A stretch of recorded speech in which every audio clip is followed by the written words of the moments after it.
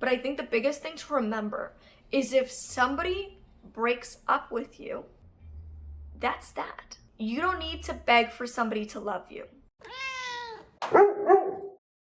Hello, all of my internet friends. I am really looking forward to doing this video, not because breakups are like a positive subject to talk about, but because I know, because I'm there right now, that going through a breakup can feel really lonely, because even though you know that most people in your life have either been through a breakup or will go through a breakup, there's usually not like another person in your life going through it with you, except your new ex. And we don't want to go there, you know?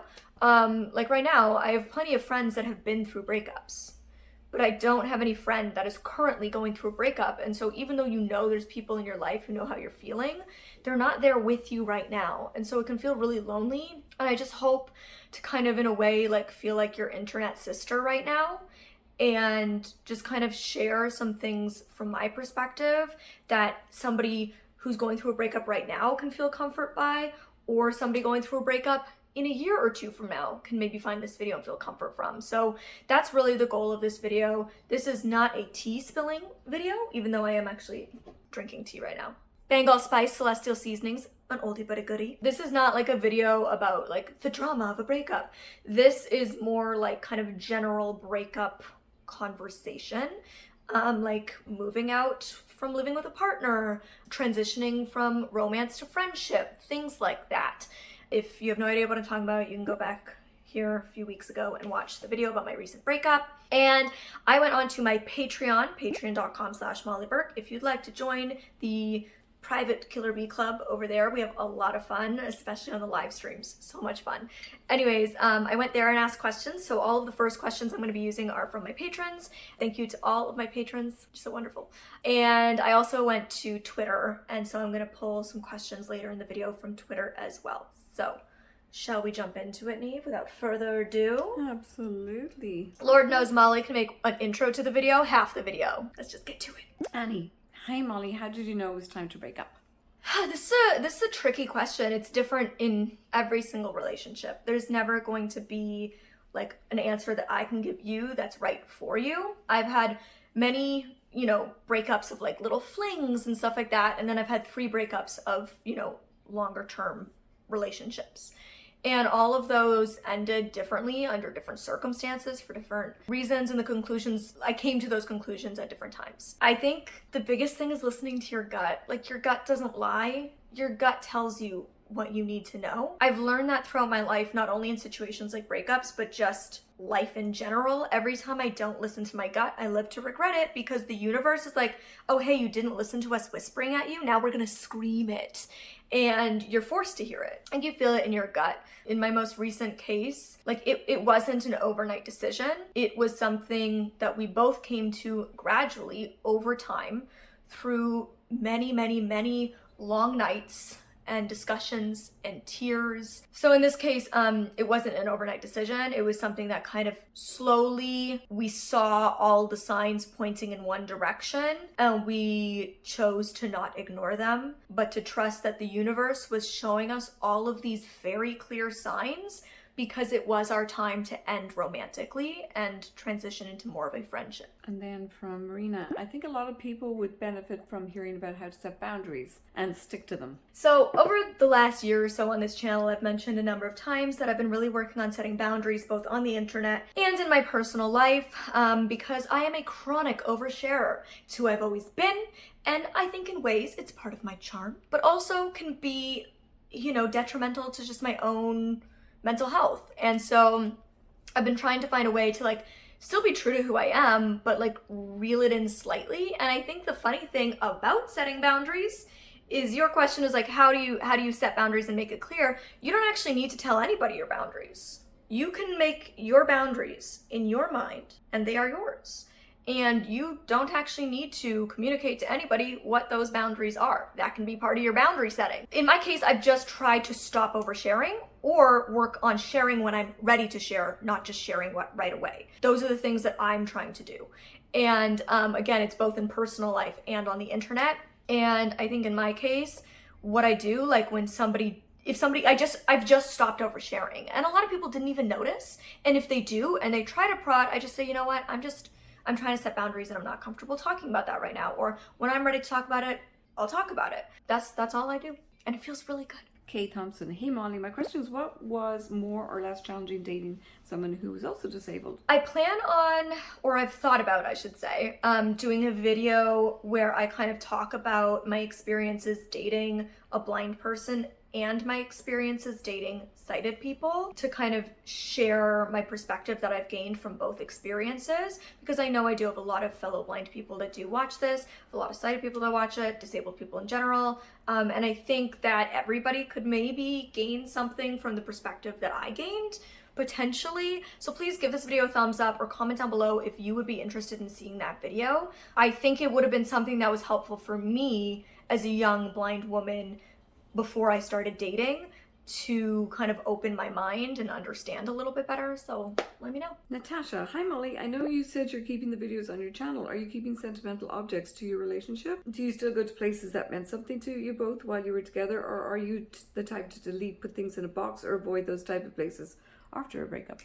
I think in terms of like going to physical places, I think that's something, well, A, we didn't go to a ton of physical places because our entire relationship was through kind of the thick of the pandemic. But I think in terms of physical places, like I even think of like places we used to frequently order on Uber Eats for dinner on a Friday night or something. I think in some cases, like I need to take a bit of time away before I can like re-enter it.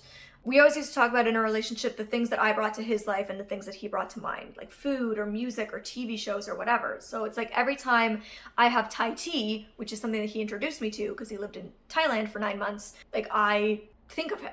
But I try not to think about him in a negative way. I try to think like, oh, I'm so glad he was in my life and introduced me to how great Thai tea is. In terms of like physical things, like I still wear the bracelet that he got me for our first Christmas together. I still wear the necklace that he got me for our 1-year anniversary. I have always been the type of person who has kept gifts from exes. And again, like I see them and they make me smile. Like when I see the necklace that my ex-boyfriend's mom gave me for my birthday, like I see it and I think of her and I think of the lunch when she gave it to me, and I think of like what a special time in my life that was. My dad still has cufflinks from his grade 6 girlfriend. Yes, his grade 6 girlfriend gave him cufflinks. I know. It's an odd gift for 11-year-olds. But anyways, yeah, I think... And good ones, they're gold. Yeah, they're really nice. It was bougie. But yeah, that's my personality. I've never like been the type of person to like burn things or throw them away. I did have like one very negative experience, and in that case I got rid of things because that person was like very toxic in my life. So I didn't want any of that toxicity near me. But for positive breakups, like all of my positive relationships, I've always kept the things that they give me and I look at them fondly. Melissa Haley. Thanks Molly. How do you find closure after being ghosted? How do you avoid letting the other person haunt you? Forgive the pun. Closure after being ghosted is very difficult. I was ghosted too many times to count. LA men, they love to poof. I mean, I think men do everywhere, but LA men are like a special kind of hell. LA men are the worst. Anyways, it's a really tough one, right? Because your ego feels wounded. That's ultimately what it is. Like, I think a lot of us, like, we were hurting the ego. We're like, and it's so disrespectful, right? It's just such a disrespectful thing to do to somebody, especially if you were dating for like a decent amount of time. And to be honest, I don't like necessarily have an answer. I think for me, it was just time. Not that I'm not still bitter about some of them. I don't care about them, but I'm still bitter about some of them. Like the guys who like fully ghosted me and then like 2 years later were like, hey, like, would you share my song on Spotify? Sorry, sir, you ghosted me real hard after selling me the universe, and now you're texting me years later to ask me to promote your music to my followers? Oh, truly showed the trash he is. Anyways. Comment if you have advice for how to get over ghosting, because it's something that I haven't nailed yet, and it's definitely the thing that like if I began dating again in the future, I mean, I say if, I'm sure I will one day, but I'm just so not in the place that I want, like I don't want to, so I'm like, I'm never gonna date again. I know I probably will, but it's definitely like the part about dating that I'm like, ugh, not looking forward to going back to the world of ghosting. Maja Lind, what are some good things to take away from your relationship? In brackets, hopefully that was good English. It was perfect. Oh my gosh, there's so many good things. I mean, number one, I got like a best friend out of it, which is always great, because we we didn't know each other. Like, we met on a dating app and we started dating. So we didn't like meet as friends, but I now have a best friend out of it. So that's one big thing. This was the most openly honest, like communicative relationship I've ever had. We could very easily discuss our thoughts, our feelings, where we were at, what we wanted in the future, what wasn't working in our relationships, ways in which each of us or the other needed to improve or change. And neither of us ever took those things as an attack. We were both like, oh, okay, thank you for bringing that to my attention. Let me change, or let me work on that. Let me grow as a person. And I think that's why I did grow and change so much as a human, is because like I was allowed to, in a really healthy way. And so that's a huge blessing that I would love to take into future relationships. Lovely. Liana, what do you do when every relationship you've had makes you feel worse about yourself? Started with low self-esteem and it's only gone down. I definitely think in ways I've absolutely left relationships feeling worse about myself as a potential partner. And I think therapy is the best answer I can give you. Therapy is such a great resource. Emma Smith, how do you cope with breaking up with someone you live with? How did you know the right thing to do was to break up? How does someone handle the move out of your past significant other? How do you live with someone after you break up? Lots of questions there. Yeah. So number one, how did we know? We had a lot of conversations. Like I said, like this was mutual. This was not me leaving. This wasn't me being unwilling to uproot my life and move for his PhD. This was a mutual decision. He also wanted this to end. And I think that's very important to understand. This wasn't a Molly decision. This was a us as a unit decision, both deciding what was best for both of us was to part ways. And so it was just a lot of discussions. And I think we looked at it like math. Do A and B equal C, or do A and B equal Y? I know A and B doesn't equal C and A and B, you know what I mean though? Like, we just looked at it and was like, is the outcome what we want it to be? Is the most likely outcome what we ultimately both want? And we knew it probably wasn't. And so that made the answer very clear. And like I said, we chose not to like fight that, because as I said, I'm not a hopeless romantic. I don't believe love conquers all.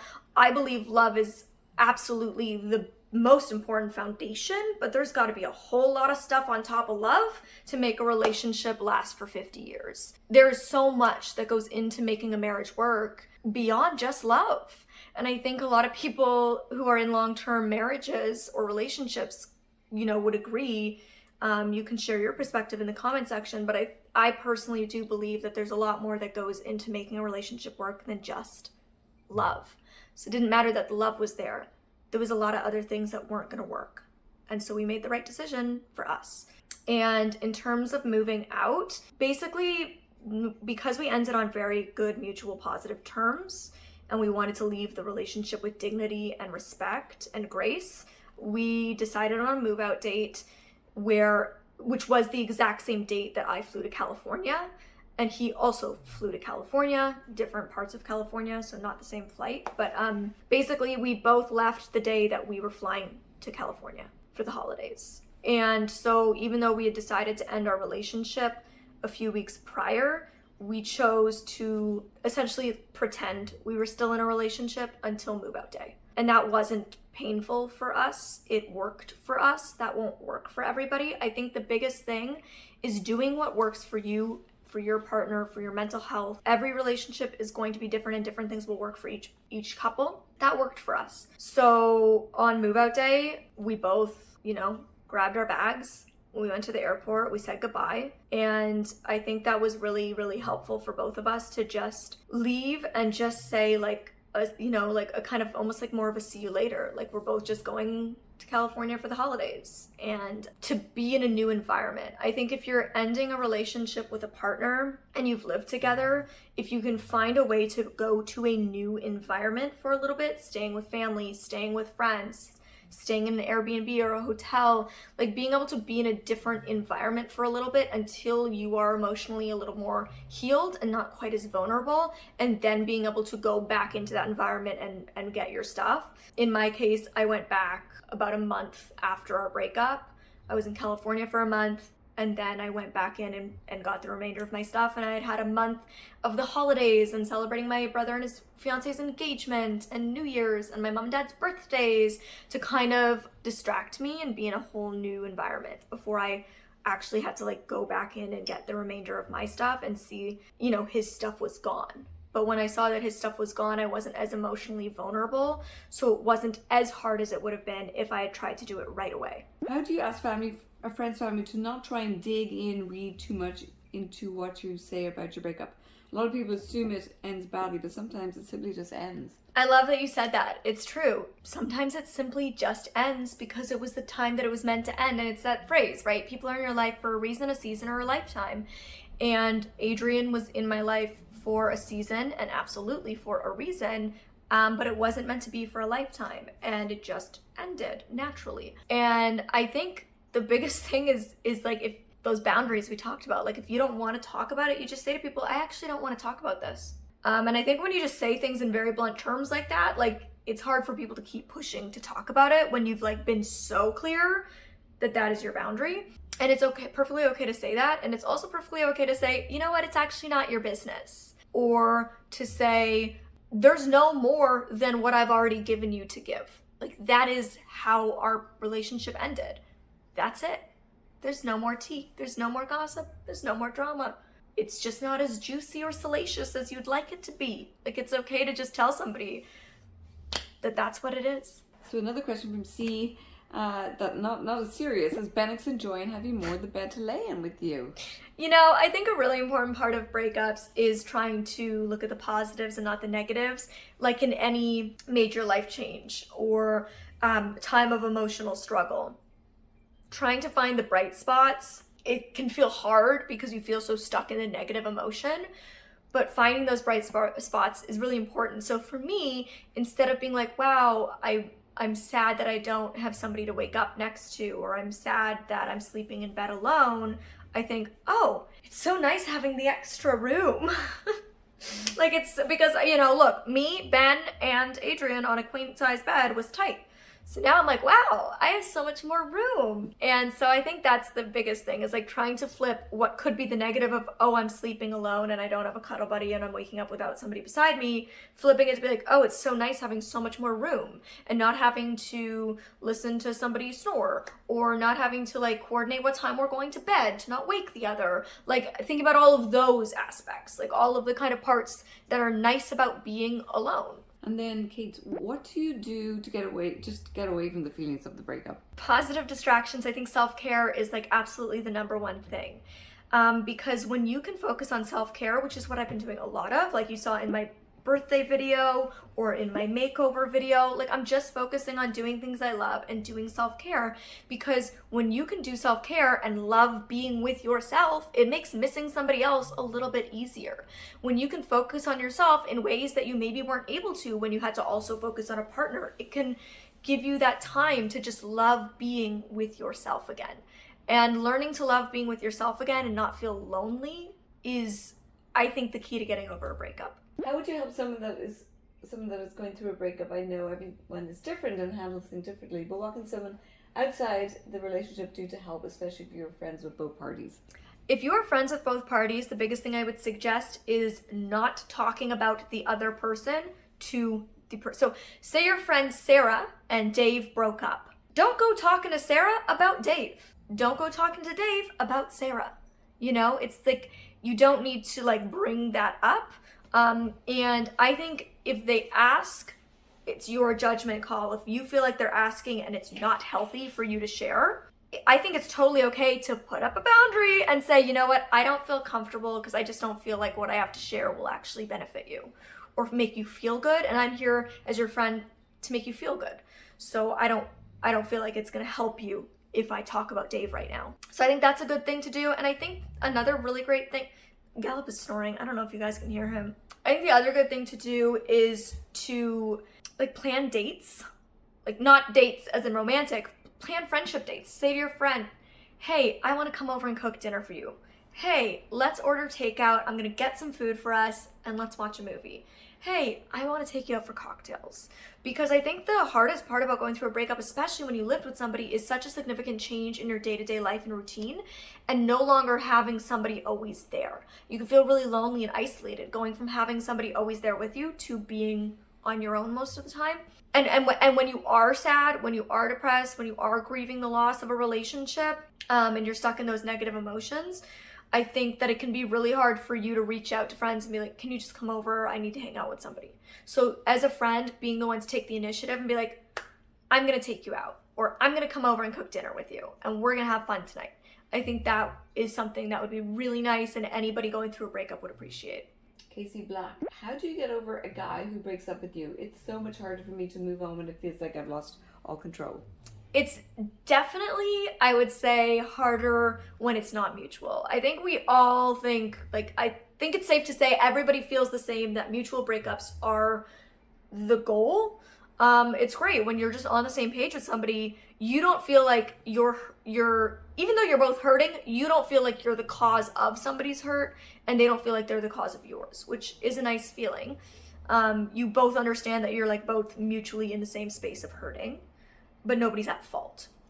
It's definitely harder when one party has to do the breaking up or is the one broken up with. But I think the biggest thing to remember is if somebody breaks up with you, that's that. You don't need to beg for somebody to love you. You should not have to beg for somebody to want to be with you, to want to stay with you. If somebody has said, I don't want to be with you anymore, believe them. And the best thing that you can do for yourself is to heal with dignity and to move forward with your life and focus on the fact that one day you will find somebody who absolutely has no doubt that they love you and they want to be with you. You should want to be with somebody who wants to be with you. And if they have left you, just take it as a gift that you haven't wasted any more time with somebody who doesn't want to be with you. You take back your power. Don't give them your power. Justina, how do you deal with frustration of ending a relationship due to life circumstances rather than not being in love, nobody doing anything wrong? I've always been a big believer in the universe. The universe guides your path and shows you the right way.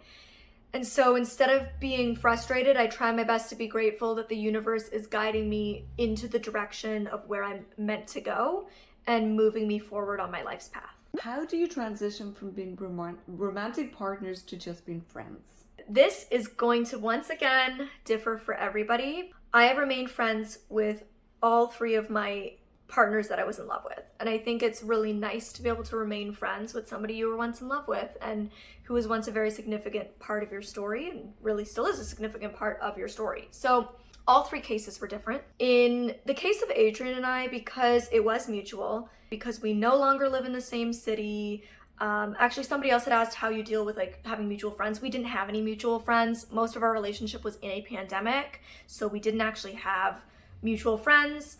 And so that makes that really easy. We have no mutual friends, and we don't live in the same city anymore. That's part of, obviously why we ended it when we did, was that he left to a place that I don't live.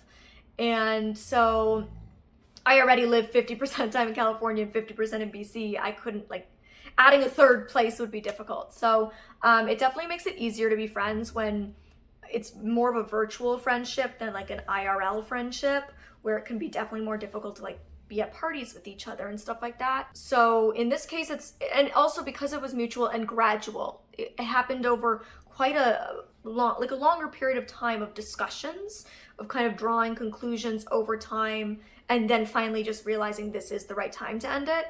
I think our romance kind of naturally began to ebb its way into friendship instead of romance. So in this case, it's been quite smooth. In other cases, I've had to put up boundaries, or they have. In one case, I told my ex, I can't talk to you for a couple months. I can't just go from making out with your face to pretending we're just friends. So we transitioned to not talking for a couple of months, and then when a natural period was to break that, a holiday when we wanted to wish them happy birthday or something, that's when we broke that. And in other relationships, they put up boundaries and said, I actually can't just be friends with you right now because I'm romantically interested in you again, or still. And so I respected that, and I said, if we're never friends again, I respect that. If you ever want to talk to me again, I'm leaving the ball in your court. And we have since become friends again. And I left that ball in his court, and when he was ready, he reached out again.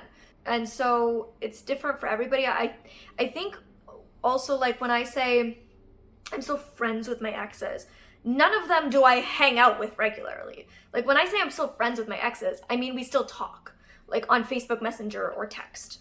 Adrian and I, we still talk almost every single day, but like my other 2 exes that I'm friends with, like we talk a few times a year. We're on super friendly terms. We still very much care for each other and are so happy to see each other be successful. But I don't have any relationships where I'm friends with the person to the point where I like actually grab coffee with them or go to parties together.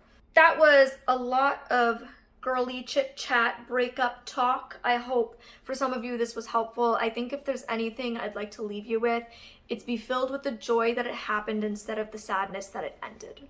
And that's definitely the approach that I'm taking to this. I'm focusing on all the greatness that came from the relationship instead of regretting it and being sad over like the pain or change in my life right now. Not to say that I don't have negative moments or frustrating sad moments about it, but overall I'm absolutely filled with the joy of it and not the sadness of the ending.